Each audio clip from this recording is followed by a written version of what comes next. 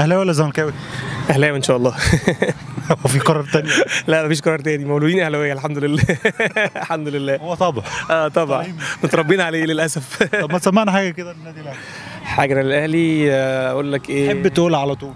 اوه جمهوره ده حماه، اوه على الحلوه والمره معاك.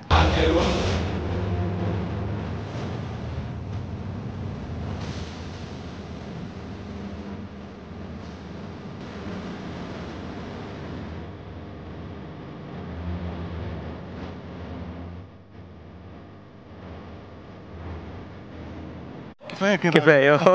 ان شاء الله مفيش مره باذن الله. محمود الخطيب. محمود الخطيب هيفك الكيس شويه ولا لا؟ والله هو محمود الخطيب برضو هيفك الكيس اكيد، لان هو جاي له فلوس من كاس العالم للانديه اللي جاي داخل اكيد، ولازم يعمل تدعيمات ده اكيد. بس هو بيحاول يفك الكيس بطريقه ان هو يحافظ بيها على اوضه اللبس ويحافظ بيها على اللعيبه، وان كل الناس تبقى بتاخد فلوس قريبه من بعضها عشان اوضه اللبس ما تتفكش، وده شيء مهم جدا بصراحه يعني. كلام جميل، بس انتوا هتاخدوا 30 مليون يورو يعني من الفيفا. والله يا دوبك يعني يا دوبك يعني الاهلي بيصرف يعني شهريا، حسب رئيس مجلس الاداره بيقول شهريا حوالي مليون او مليون ونص دولار.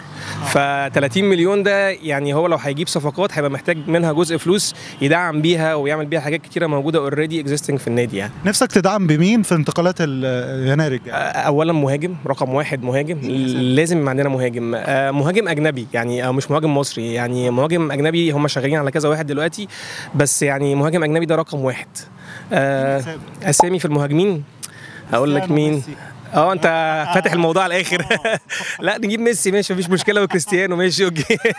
ما عنديش اي مشكله خالص. في كلام ان بغداد بنجاح جاي. والله انا مش من انصار الصفقه دي قوي، لان بغداد بنجاح يعني اولا هيبقى لعيب اجنبي فهياخد فلوس كتيره، بلس ان هو 34 سنه، فمش حاسس ان هو الصفقه الاضافه للنادي الاهلي قوي يعني. هيبقى الموجودين هيسدوا اكتر من بغداد بنجاح يعني. كهربا. كهربا زعلانين قوي قوي قوي قوي من كهربا. زعلانين قوي قوي من كهربا، كان حطها في اليمين بدل الشمال. قلت ايه في سرك؟ والله انا كسرت حاجات وعملت حاجات كتير قوي، انا ما قلتش. ما قلت الحاجات اللي جنبي كلها كنت في البيت. لا كنت بره للاسف، وكسرنا نص تقريبا الكافيه اللي كنا قاعدين فيه كلنا انا واصحابي يعني. بس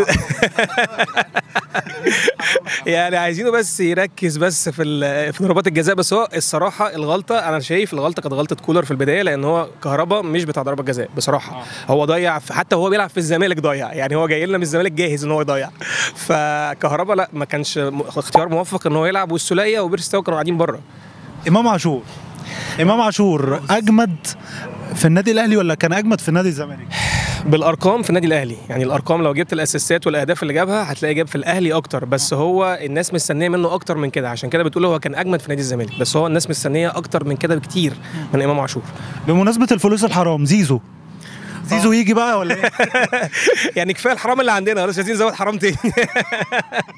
لا والله زيزو، او مشكله زيزو ان هو الناس في الزمالك، انا برضو انا يعني انا اهلاوي، بس انا شايف ان زيزو من احسن لعيبه في مصر، بس هو يعني العقد بتاعه اوفر شويه عن اللي بياخدوا اللعيبه في مصر يعني. 290 مليون جنيه عايز ياخدهم في 3 مواسم. ده رقم مش طبيعي، ده بياخدوا اللعيبه اللي بتيجي من بره، وحتى ما بتاخدوش بنفس يعني. حتى بيرستاو، بنتكلم في بيرستاو وبنتكلم في اللعيبه الاجانب اللي بيلعبوا في مصر بياخدوا مليون ونص، هو عايز ياخد دبل اللي بياخدوا اللعيبه الاجانب، فده حاسس ان هو حاجه مبالغ فيها. لو هو عايز الرقم ده يبيعوه ويستفيدوا بفلوسه احسن ويدعموا نادي الزمالك، ده رايي.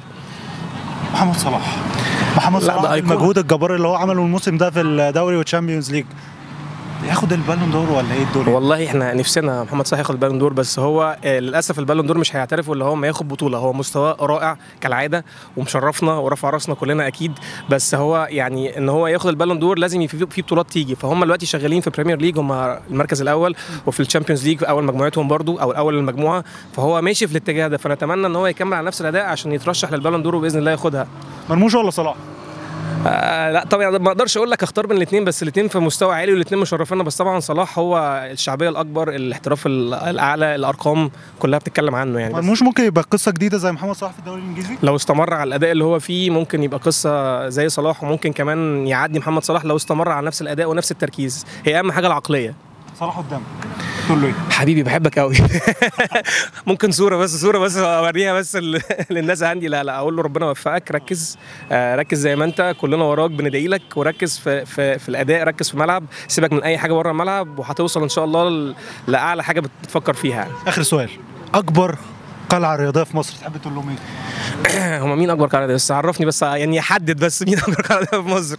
هقول لهم ربنا يوفقكم وربنا يعينكم على اللي انتوا فيه. شكرا، متشكر جدا جدا. شكرا. متشكر جدا.